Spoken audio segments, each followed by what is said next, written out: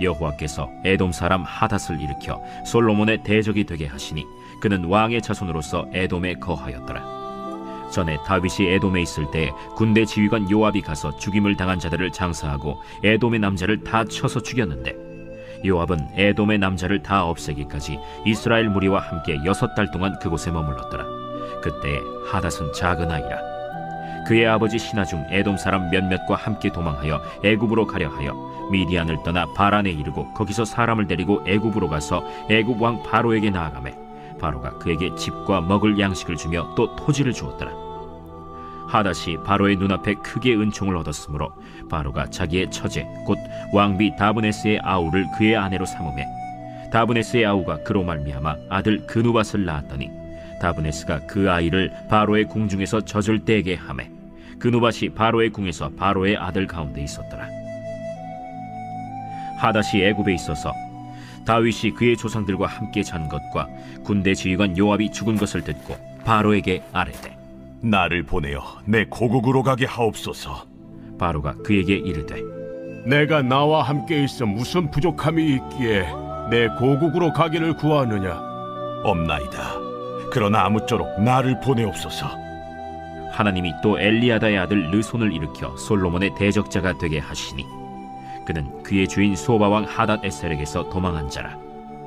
다윗이 소바 사람을 죽일 때 르손이 사람들을 자기에게 모으고 그 무리의 괴수가 되어 다메섹으로 가서 살다가 거기서 왕이 되었더라. 솔로몬의 일평생에 하닷이 끼친 환난 외에 르손이 수리아 왕이 되어 이스라엘을 대적하고 미워하였더라. 솔로몬의 신하 느밧의 아들 여로보암이 또한 손을 들어 왕을 대적하였으니 그는 에브라임 족속인 스레다 사람이요 그의 어머니의 이름은 스루아이니 과부더라. 그가 손을 들어 왕을 대적하는 까닭은 이러하니라.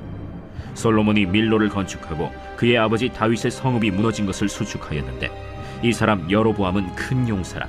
솔로몬이 이 청년의 부지런함을 보고 세워 요셉 족속의 일을 감독하게 하였더니 그 즈음에 여로보암이 예루살렘에서 나갈 때 실로 사람 선지자 아히야가 길에서 그를 만나니 아히야가 새 의복을 입었고 그 두 사람만 들에 있었더라. 아히야가 자기가 입은 새 옷을 잡아 12조각으로 찢고 여로보암에게 이르되 너는 10조각을 가지라.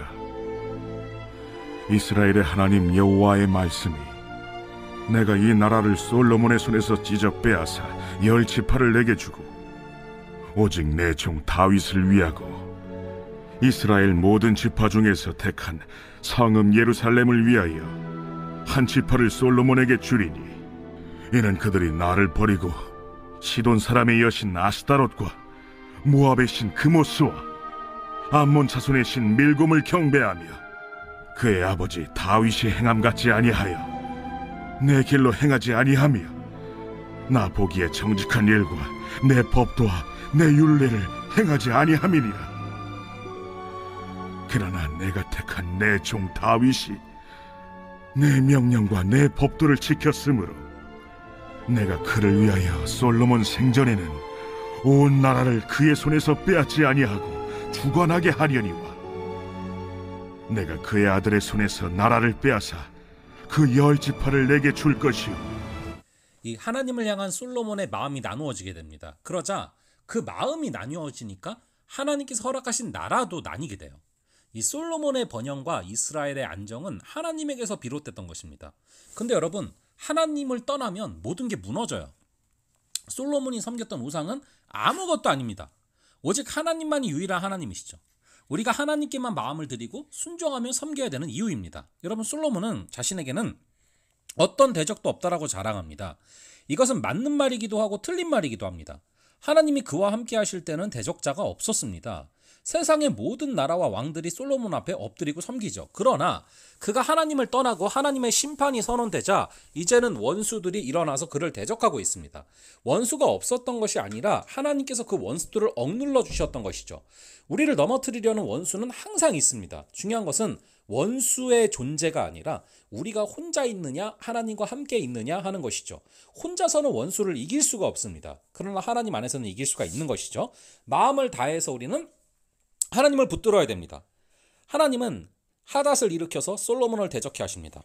그는 다윗이 에덴 족속을 멸절시킬 때 애굽으로의 도망쳐서 살아남은 자손이죠.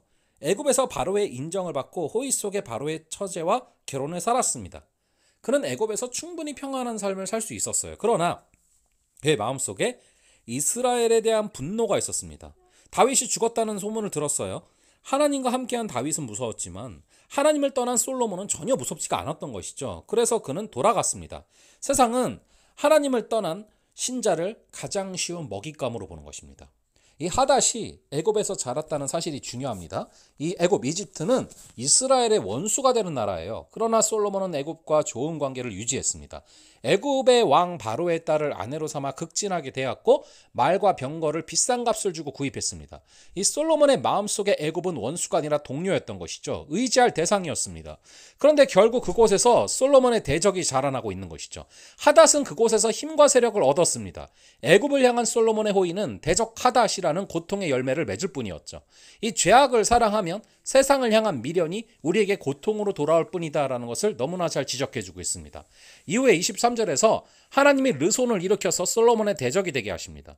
하나님이 솔로몬을 심판하는 도구로 그들을 일으키신 것이죠. 이 르손 역시도 다윗에 의해서 대패한 아람 족속입니다.